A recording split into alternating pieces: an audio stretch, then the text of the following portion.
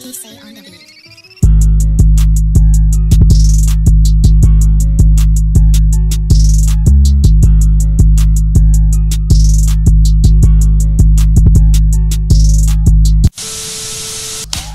Yo, what's up? What's happening?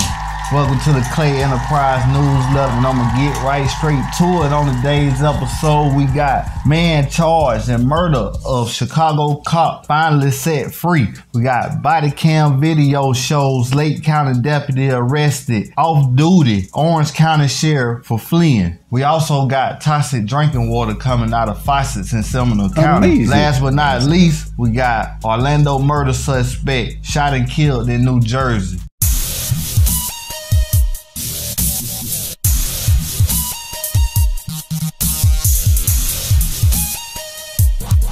Up first for trending, we got more Americans attempting to bring guns through TSA. Silly motherfucker. Tampa is number 8 in the country right now for people that are bringing weapons to security checkpoints. Now, I want you to take a look at your screen because we have a picture of several images of guns that were confiscated from around the country. And this is from just about a week ago. And one gun, we're told, was actually from Tampa International. And it was not only loaded, but also had a round in the chamber. Now, this is something that they're seeing at airports across the country as being a growing problem right now. And that's why they want to put the word out, because they want people to know that they cannot do this. And they said that usually when they do find people with firearms at security checkpoints, they all have the same reasoning as why they brought it. And when our officers speak with the passengers, they typically report that they forgot they had the firearm. And many of them have concealed weapons permits. That's when they have that firearm oftentimes strapped to their leg or in a bag on their person or in their carry-on bag, they report that they forgot they had that firearm. So just from a safety perspective, that's a concern for us. I mean, even if you got your gun license, you should know better, man. Do the shit the right way. Make sure you ain't got your shit in the wrong spot before you get to the motherfucking airport. You already know this shit. Up next for trending, we got man charged in murder of Chicago cops walks out of jail. A free man. Check this shit out. A moment 12 years in the making. 40-year-old Terence Clay, with his hands held high, walking out of the Cook County jail a free man. Feel good after 12 years. Feel real good. Clay and Edgardo Colon were charged in connection with the 2011 murder of Chicago police officer Clifton Lewis. Lewis was killed in a robbery while off-duty working his second job as a security officer at a convenience store in the Austin neighborhood. The charges against the two men were dropped Wednesday ahead of a hearing during which police and prosecutors were set to be questioned over their handling of the 2011 investigation. Cole's attorneys say this case was botched from the beginning. They rushed to judgment and they engaged in some conduct that was improper and resulted in a coerced confession of one of the co-defendants, and then they built a case around a coerced confession. I forgive them, but I won't ever forget what they did to me. They took all these years out of my life for nothing. Co-defendant Edgardo Colon was sentenced for 84 years in prison before his conviction was overturned in 2020.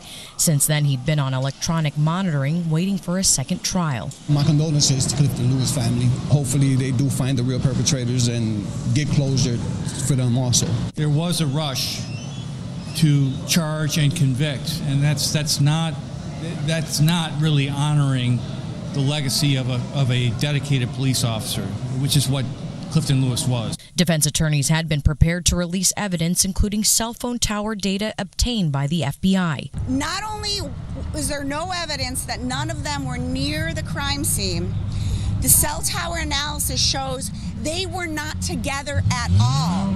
The Cook County State's Attorney's Office explaining its decision in a statement saying, in light of previous rulings suppressing the statements of both defendants and after a thorough and exhaustive review of the remaining evidence against those defendants, independent of the outcome of today's scheduled hearing, the Cook County State's Attorney's Office does not believe it can meet its burden of proof at trial.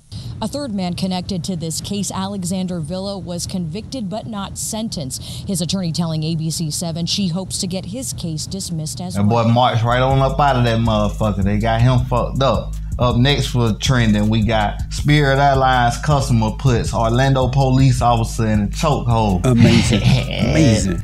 It was a big brawl in front of the Spirit Airlines ticket counter on Tuesday night. Police say an officer was assaulted by a customer. 41-year-old Edward Harrison faces attempted first-degree murder and battery charges. When you're at the peak of snap, it only takes one more thing to make you snap. According to the arrest report, a large crowd of passengers were yelling at the Spirit staff. Some even went behind the ticket counters. Investigators say Harrison assaulted a worker and grabbed a computer keyboard. That's when an officer tried stopping him and a fight started. According to the report, the officer stated, "We both fell onto the ground and Harrison put one of his arms around my neck in a chokehold and began to squeeze, restricting my airway, making it unable for me to breathe. I began to get dizzy and immediately spotty as my airflow was restricted and I was beginning to lose consciousness." The officer was able to break free after backup arrived. To become irrational like that, it's not right. Neil Davis and his friends didn't see the fight, but says last night around 200 Spirit Airlines passengers were lined up and upset. People get annoyed and irritated, and the workers were, getting annoyed and irritated back with them. So I understand. It's just a bad situation. Was just screaming, "Don't fly Spirit, don't fly Spirit." We reached out to Spirit Airlines and are waiting to hear back. Davis says they got stuck here last night after missing their connection due to weather. Not only are we out money, we're out, paying extra night for a hotel. Will you ever fly them again? No, God, no. No. Yep, my boy will probably do it again. Up next for trending, we got police called on property owners in Miami after HOA increases monthly fees by $350. You know it was a ride in that bit. A homeowners association meeting at the Mandarin Lakes neighborhood in Naranja Lakes goes off the rails. The Tuesday night meeting was cut short after residents say the cops were called by the HOA. It's ridiculous. Nobody got violent. We're simply talking. Furious community members say the meeting escalated when the HOA board told residents their monthly fee would increase to $350 a month.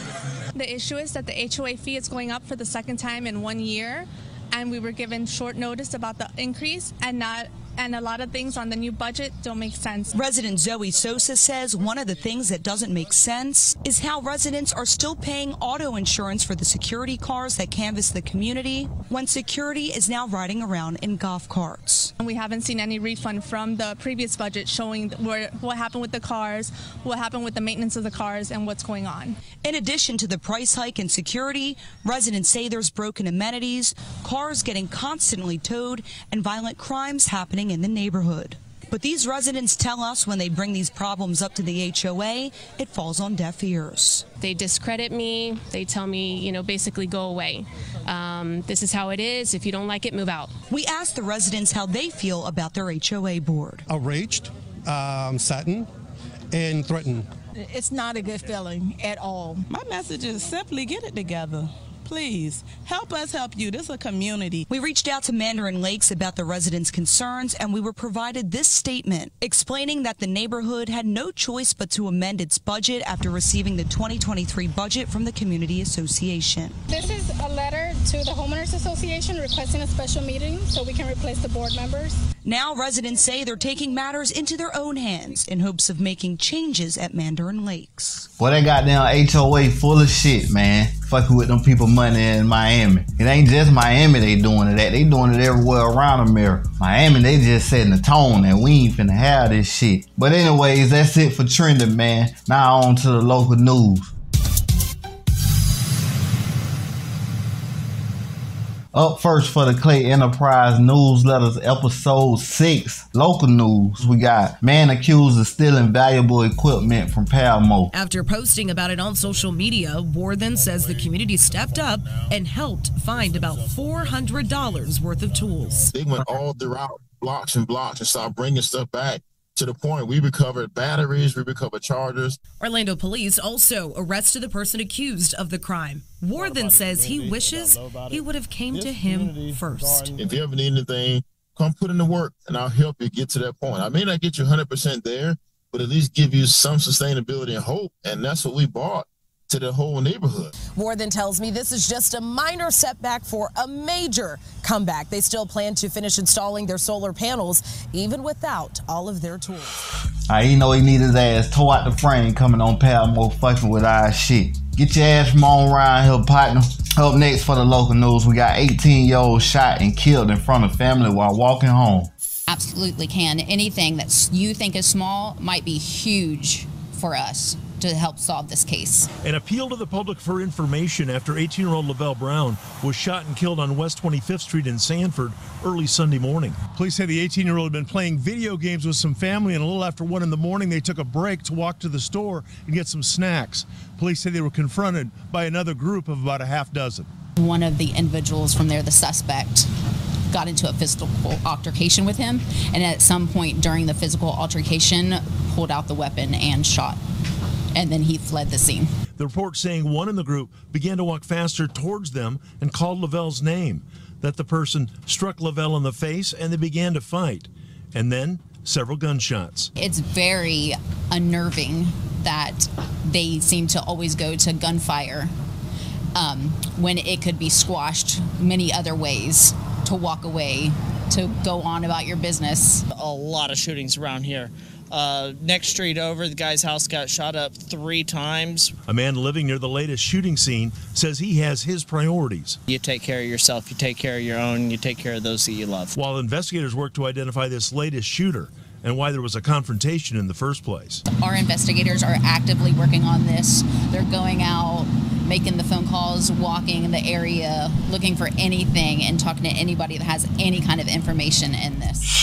Man, that's fucked up. Up next for the local news, we got body cam video shows Lake County deputies arrest Orange County deputy, sheriff should I say, for fleeing and eluding while he was off duty. This is how it all ended. A sheriff's deputy from Orange County being arrested and handcuffed by a fellow law enforcement officer, a sheriff's deputy from Lake County. And how it got to this point is really mind-boggling, because initially all the Lake County Sheriff's deputy wanted to do was a traffic stop on the guy. So this all starts when a Lake County Sheriff's deputy on patrol is driving on Highway 50 in the Claremont area, and he sees someone on a motorcycle illegally pass a car. Got it all on dash cam. The car is moving too slow for the motorcycle man's taste, so he zips into the median, the turn lane, to get around the car, then takes off. Well, that gave the Lake County Sheriff's deputy a powerful need to talk to the man on the motorcycle. Only the motorcycle doesn't stop, even when the deputy has blue flashing lights. The deputy runs the guy's tag, gets his address, and finds motorcycle man at home in the Groveland area. You can hear the surprise in his voice when the deputy learns the man on the motorcycle, who allegedly illegally passed a car, is facing 2 charges: fleeing and eluding law enforcement and resisting arrest, is a law enforcement officer himself, a deputy from the Orange County Sheriff's Office, Juan Morales Padilla. You want to run? Yeah. Seriously? Are you a cop? For what? Are you a cop? Yeah. Yes. So you know better. Well, he's not in law enforcement anymore. He's been fired.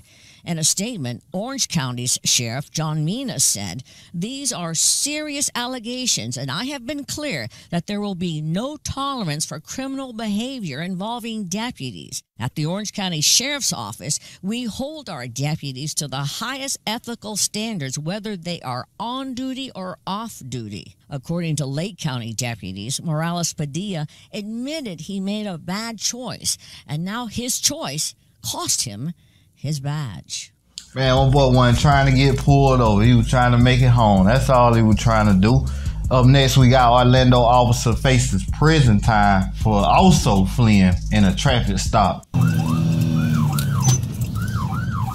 Dash camera video from inside a Seminole County deputy's cruiser on the afternoon of June 6th has resulted in an official felony charge being filed against Orlando police officer Alexander Shoney. What? Court documents say the 25-year-old passed a Seminole County deputy at about 80 miles an hour in a 45. Over 100 miles an hour trying to catch up.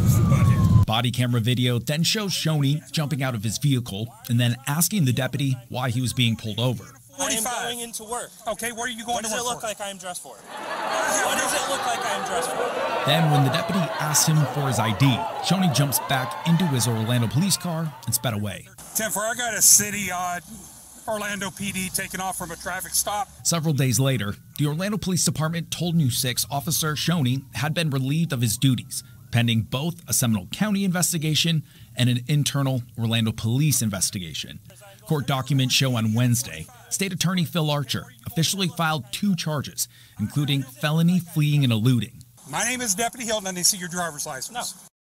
Hey, I'm from the streets, man, so I already know some police officers, sheriffs, all that shit, security guards, them motherfuckers thug too. Them motherfuckers break the law every day too. Don't think they just follow the law and shit cause they got a badge and they wear this motherfucking uniform. Shit, they do the same thing everybody else do. Up next for the local news, we got sometime residents in Tennantville, Florida, wants to become part of Winter Garden. Here is a map showing exactly where it is near Ocoee in Oakland. And one resident there is helping lead this push to make her town part of the city. West News' Haley Krummelholm spoke with her and a Winter Garden City Commissioner about what that could mean for the community. Tildenville is a little country town that sits on the west side of Winter Garden. Dolores Gins is born and raised in Tildenville. And if you blink your eye, you're going to miss it because it's just that small. But it's beautiful.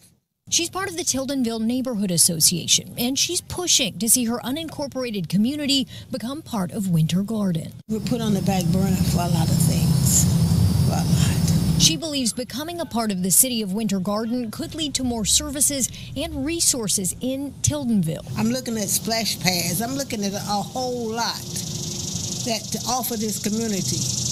To offer the children of this community. But she's only interested in the move if it's on the town's terms. No, you're not coming in telling us what you want us to have. We're telling you what we need. And Winter Garden Commissioner Ron Mueller is on the same page. What we need to do is listen. They know what they need. We just need to provide the tools and the resources to make that happen. Mueller says the city has annexed towns before, adding an East Winter Garden just last year. And he believes there are all sorts of resources they could bring to Tildenville. We've talked to the public library system here. We're looking at a boys and girls home in the future out here, along with a community action center here. We spoke to some people in town who didn't want to talk on camera, but weren't crazy about becoming a part of Winter Garden. Mueller says they'll have a say in what happens. It always should be the voice of the people of Tildenville, and we will leave it to them. We will give them the facts and the information. And with the information Gins has, she thinks joining Winter Garden is what's best for her community. I want to see the people have something that they can be proud of. To say, I'm from Tildenville. In Tildenville, Haley Krummelholm, West 2 News. I'm going to have to do a little bit more understanding of this, some more research and shit to figure out why they want to be part of Winter Garden. You know what I'm saying? You know what I'm saying? The people at Tildenville, they holler Tildenville. They holler, they ain't from Winter Garden and shit like that. So why would the people that's like controlling shit? Anyway, let's move on to the next. Mom turns in 20-year-old son for groping women. What? It's Jeffson Seguin, and police believe he's involved in 3 separate attacks on women. The most recent one in a Eustis neighborhood where he allegedly groped and tackled a woman. She was able to fight him off, but police say Seguin drove at an officer soon after. That officer fired 3 times, and one of the bullets likely hit the suspect. He was arrested with a gunshot wound to the shoulder. Captain John Fawning is grateful they were able to catch up with him before he continued the spree. I can say that our community is now safe from this individual. For us, it's a big deal, and we would have checked, if there were 10,000 of these vehicles in the county or surrounding counties, we would have checked every one. He's been booked for assault on a law enforcement officer, lewd and lascivious molestation, stalking, and a lot of other charges. Police are requesting that he be held with no bond. Now, this location is just over a mile from the most recent attack. We're still learning some more information about the nature of this search warrant and any other details. Yeah, mama turned his nasty ass in. Get your nasty ass on. My son is possessed. That's how mama said it, boy. anyways, we got man accused of taking upskirt videos in Orlando store. Telling you, some nasty motherfuckers out here. You just never know what people are doing, and you just got to be just more cautious. Casey Williams shops at the Walmart near Kirkman Road and Sterling Crest Drive, where Orlando police say this man, Javian Smith, was caught taking videos up a woman's skirt on Monday. She says she will be a little more cautious after learning about the recent arrest. You would think that by just going in certain places that you could be safe, especially, you know, it's a lot of people around. No one's going to do anything crazy, but that's the world that we live in now. And, you know, it's just got to be more mindful and cautious nowadays. That's all. Police say Smith was caught on surveillance video by a Walmart loss prevention officer. In the video, police say they saw Smith following the woman for about 20 minutes, taking multiple videos up her dress. So I say it's really disgusting. It's like, why would you do that anyway? And especially, we got children around, you have families and everything like that. That's not something that's appropriate, no matter where you are and what you're doing it for. That's not appropriate anywhere, and it's uncomfortable to people. And people are coming to shop. They're coming to get things for their family, so it's very upsetting to hear. Smith was arrested in 2019 in Leon County for taking photos up a woman's skirt. Police say Smith was selling the photos to an adult website. No, that's wild. No, I'm not gonna lie. I don't know what else to say, but that's wild. Like that, I don't know. So it's really disgusting. That's really it. Up next for the local news, we got Florida Attorney General trying to reject recreational marijuana in Florida. What the? Stupid bitch. Strictly by the numbers, Florida's medical marijuana industry is more than blossoming, it's exploding. The nearly 30,000 statewide jobs are among the more than 300,000 in the industry across America. Last year, it generated more than $100 million in taxes and licensing fees in Florida, and is expected to add $2 billion to the state economy this year.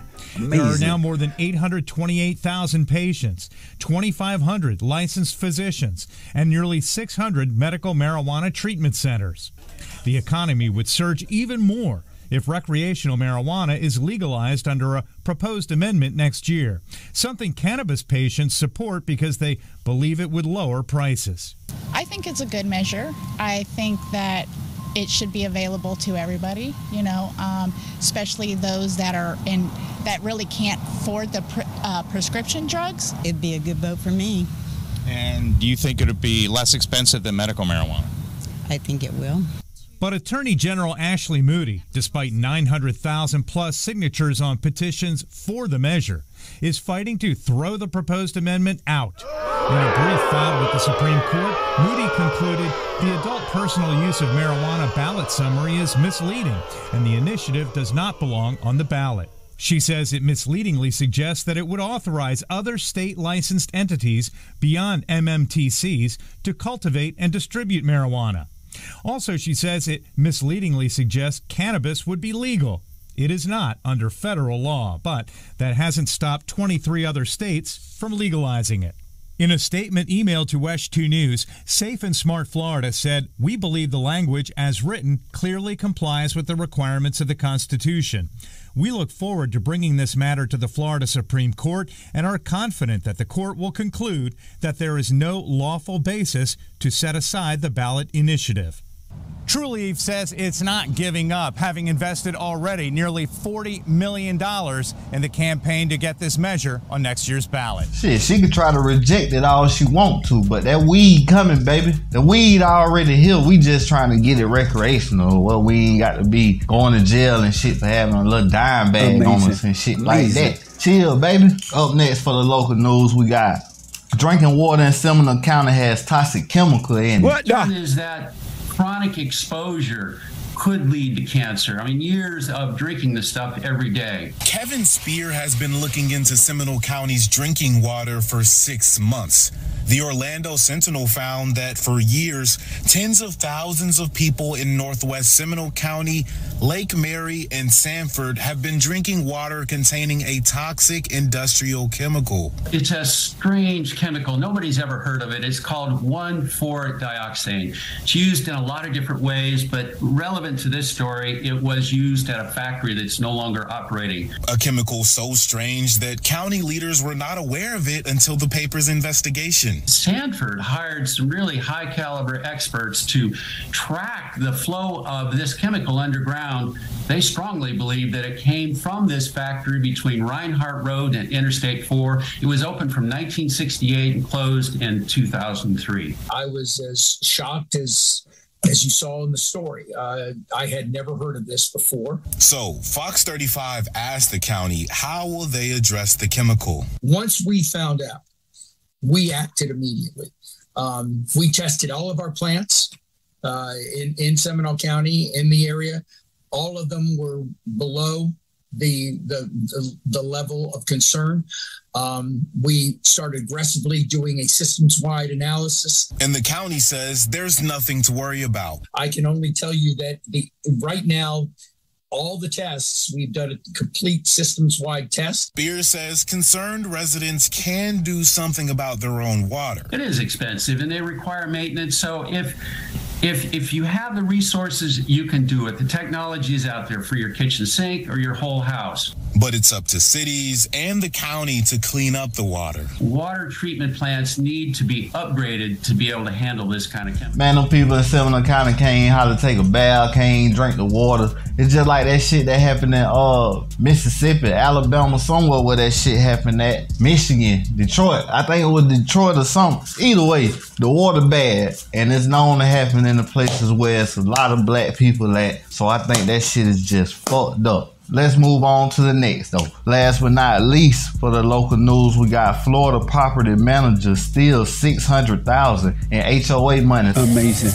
Teresa Fisher has been living in the Vineyards community for decades. She typically attends HOA board meetings and takes notes. I tried to take notes. She was angry when she found out the property manager was accused of taking nearly $600,000 of the HOA's money. I don't know how she got away with it. Tammy Morrison was arrested by Winter Springs Police Department on grand theft charges back in June. She allegedly embezzled the money to pay rent, car repairs, credit card purchases, and give money to family. I tried to speak to Tammy on Thursday, but she didn't want to talk.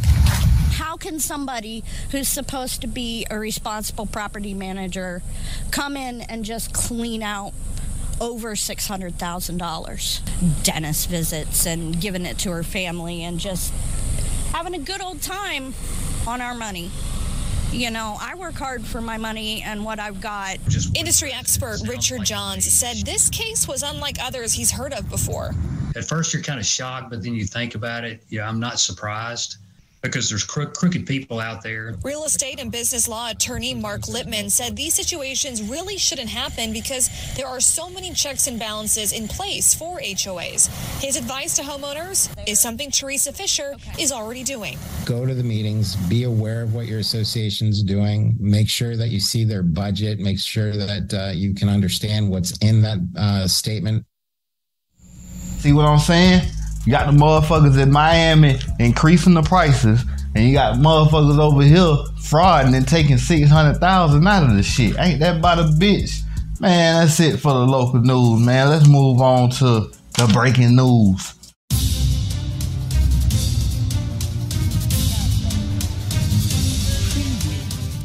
Up first for the breaking news, man, we got Orlando murder suspect shot and killed in New Jersey by U.S. Marshals. It's just a tragic event. An Orlando couple was shot right in front of their home Friday night. The husband survived and was rushed to the hospital. At last check, he was stable. But his wife, 67-year-old Leonidas Duran, is dead after she was not only shot, but stabbed repeatedly. It happened around 7 Friday night at Blossom Corners Apartments on Raper Dairy Road. Linda Ramos, a neighbor, said after hearing a gunshot, she looked out of the front door to a terrifying sight. I saw the body on the ground, and I saw him take a machete and start cutting her up with it. Ramos said she saw Esteban de Jesus Jr., the suspected gunman, stab her at least 5 times. That's when she ran back inside and called police, still paying attention to what's happening outside. There was a few people outside trying to stop him from chopping her up with a machete. Ramos said her surveillance camera captured video of Jesus. It shows him getting in his car, getting in his truck and running and fleeing the scene. Where was his after truck? he shot and killed her. Orlando police obtained an emergency arrest warrant before the U.S. Marshals Service took over the investigation. The next evening, officers in New Jersey found the suspect. He was wounded during the arrest and taken to a medical center where he died while undergoing treatment. Neighbors still have questions. And I don't know what set him off. Like why he attacked Duran. She used to wave at me all the time, water her plants outside. But now feeling less on edge, knowing the suspect isn't coming back. I feel relieved because I didn't know if he would go kill some more. Last but not least, for the breaking news, we got man called 911 after killing 3 in Daytona Beach, claims self-defense. It's an isolated incident, and these individuals that were in the area became victims of this suspect's rage or whatever he was thinking at the time. Daytona Beach police say they found 38-year-old Jerome Anderson right where he said he would be when he called 911 just minutes earlier, with the gun still in hand. In the 911 call, he did indicate that he was defending himself. Through our investigation, though, that'll be something that he would need to argue in court. Deputy Chief Jennifer Whitted says Anderson shot and killed his roommate, Antone Melvin, at their home. He also killed their neighbor across the street, John Birch, and then a homeless man who frequents the area, Patrick Lassiter, in the middle of MLK Boulevard. Yeah, that's shocking. That's shocking. Everybody you can't trust. Neighbors witnessing parts of it. I thought it was firecrackers at first.